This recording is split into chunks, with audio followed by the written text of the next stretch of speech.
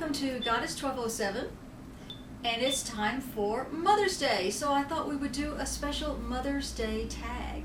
So I'm happy to introduce to you my mother, Jackie Miller. Hi, Mom. How do, dear? Say hi to the camera. Hello, camera.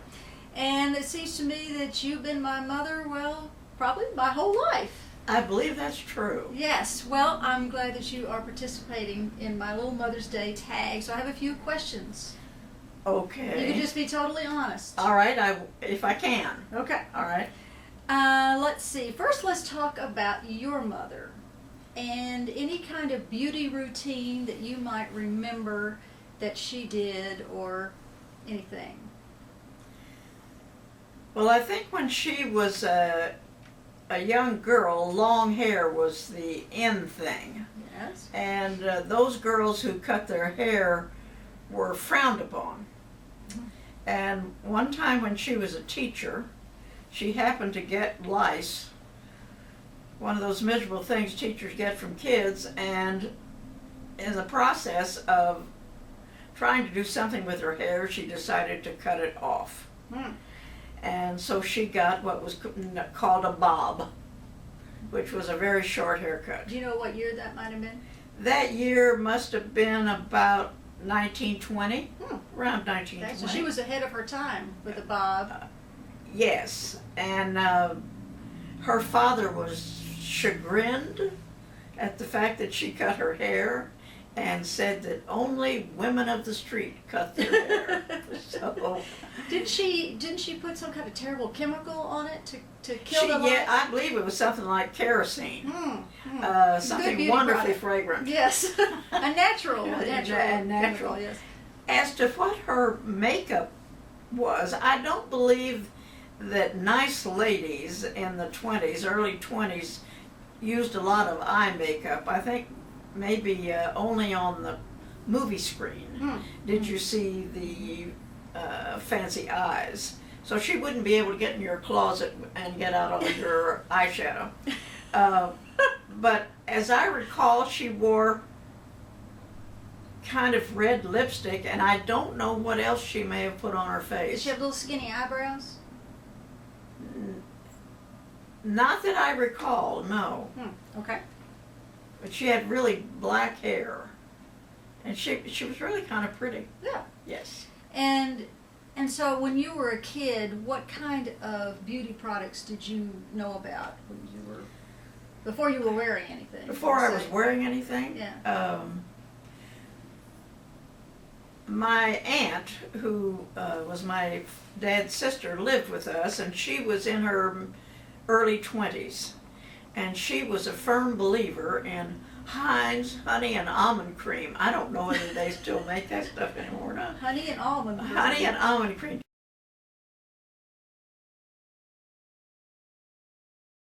And she put that stuff all over her body for as long as I can remember. And she loved makeup. And the makeup of the time was Charles of the Ritz. If you wanted to have the finest of fine, like I guess like Clinique or Estee Lauder today, you would get Charles of the Ritz.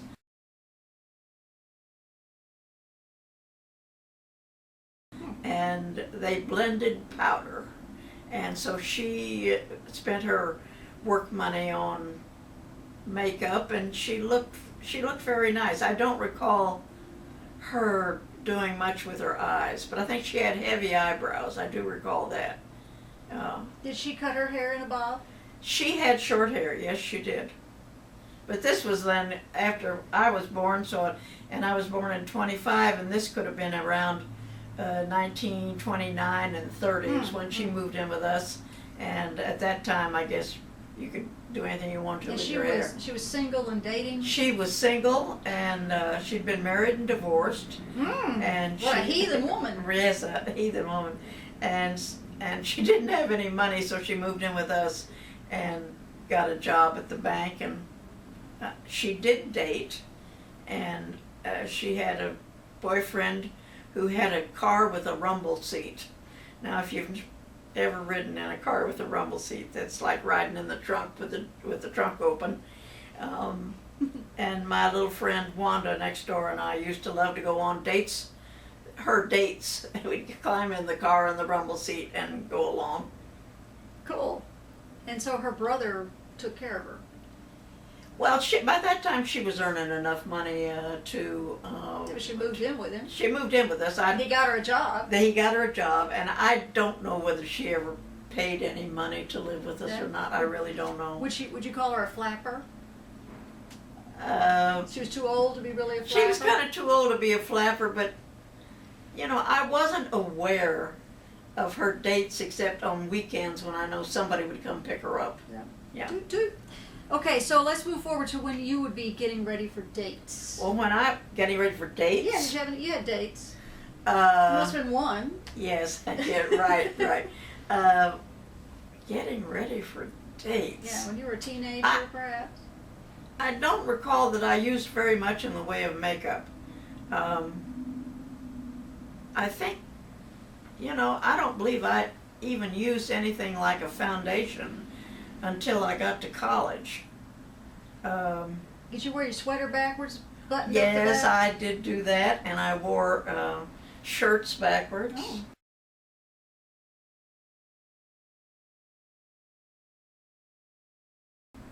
And the funny thing was that my dad used to send me his cast-off shirts, and I wore them at school.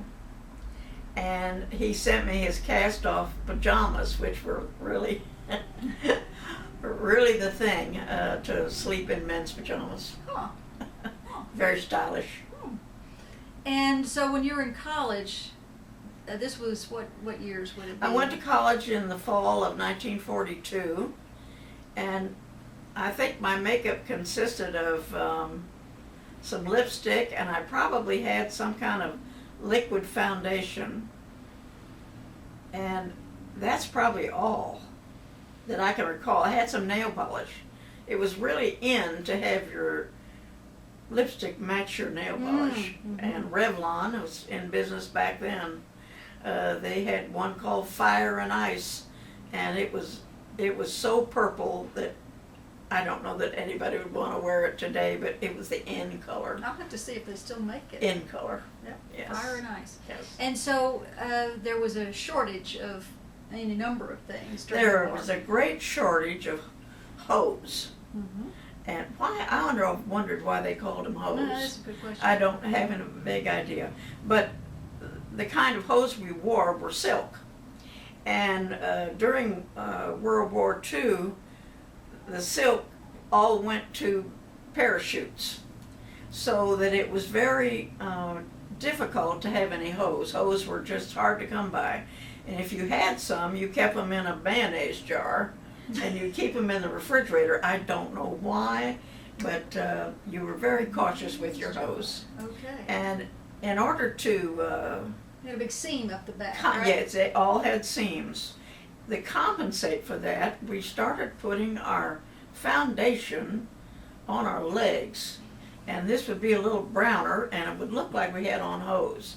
And then you'd get a friend to take a black pencil and go up the back of your leg and make a seam on your leg.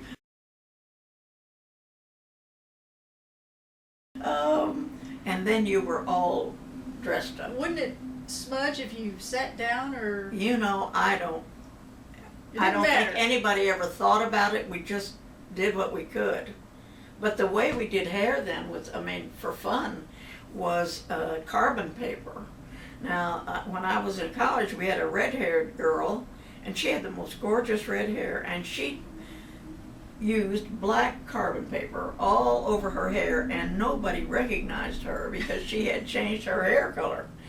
And the problem with it is it came off all over your sheets, and it was a god-awful mess. So I never tried the carbon paper, but it was the dye of the time. Wow. Okay. And what about the alcohol? Alcohol in college was verboten. If they caught you with it, you were supposedly expelled. And how they got around that, the ones who drank, were they emptied their perfume bottles and fill them with alcohol so that they would carry their perfume bottles in their purse. And I guess if they wanted it, they would a little snort of joy. snort up. And as I understand it, sometimes around the Coke machines there was a lot of perfume bottles and Coca-Cola. Okay, all right. Tell us how you met Dad. I met Dad one Saturday morning. I think it was like January the 13th in 1945. And I was sitting downstairs in my sorority house, supposedly going to study. And the doorbell rang, and so I got up to answer the door, and there was this little pilot, and with his wings and his little smushed in hat.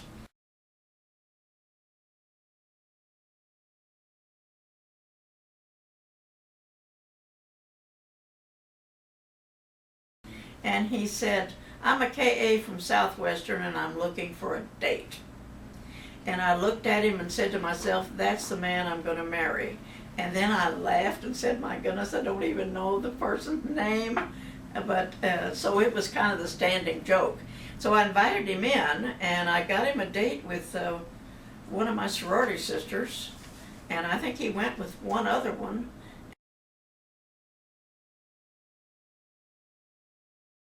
And then I stole him and kept him for 66 years.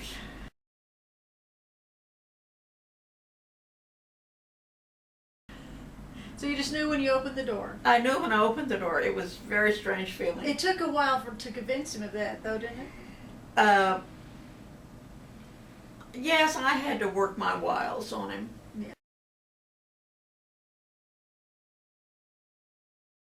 Yes. So, one of the funny things he did to me, though, was when I was a senior and in college, he filled out little forms in the back of men's magazines and put my name on them for them to send me information through the mail. And I got more junk mail than you can imagine. I had corset fittings, I had Rosicrucian orders that wanted me to come join their church. I had COD diamond rings. You can't imagine. And I had boxes of stuff, and the mailman stopped me one day and said, "Could you please do something with that guy and tell him to quit sending you this trash?" But anyway, I think he sort of liked me. Yes, and there was something about the nuts. Something about. Well, one time I was a little irritated with him, and of course, romance by mail is difficult. You haven't Long had distance, to deal with no, that, but no. it is difficult. And so I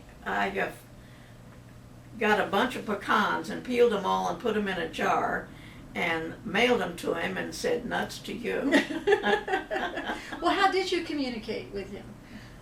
We wrote letters, and I think you still have my letters. I do have some. That he wrote me in college, and I used to number them all and make a comment on the back as to what I thought he meant by this, that, or the other. And he was a pretty funny person, and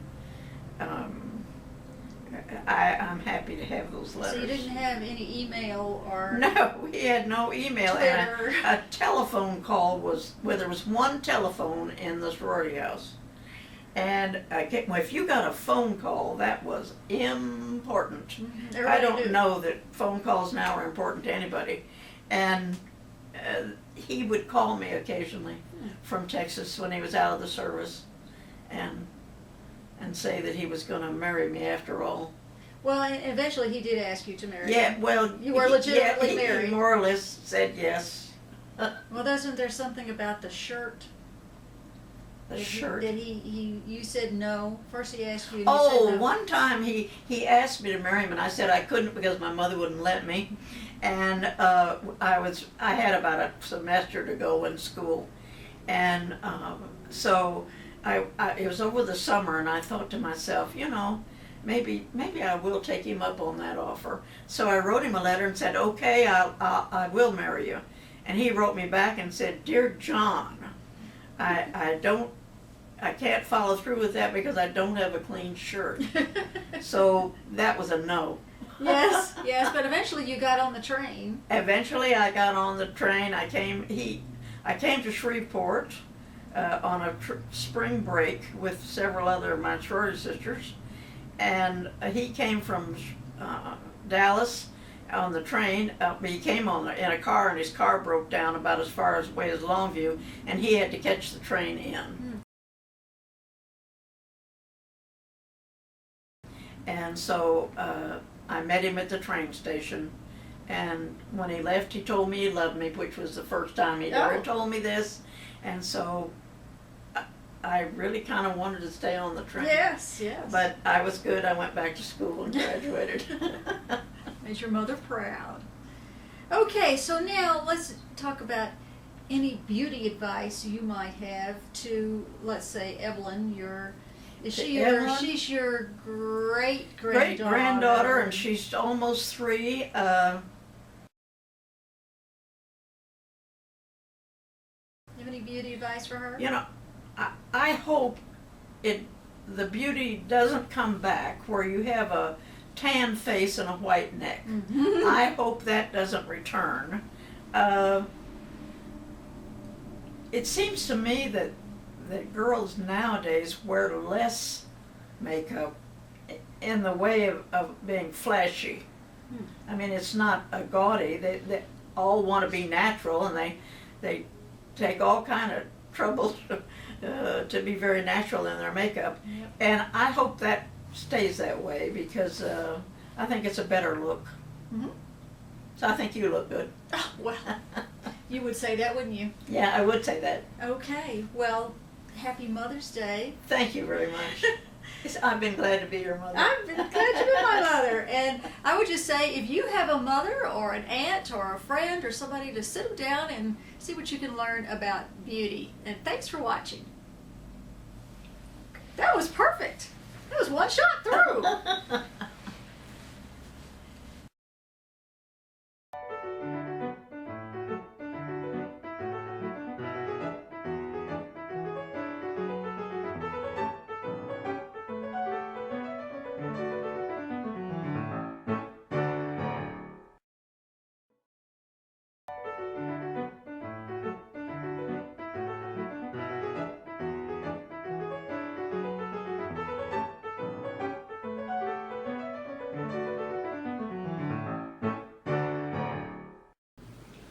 That was perfect.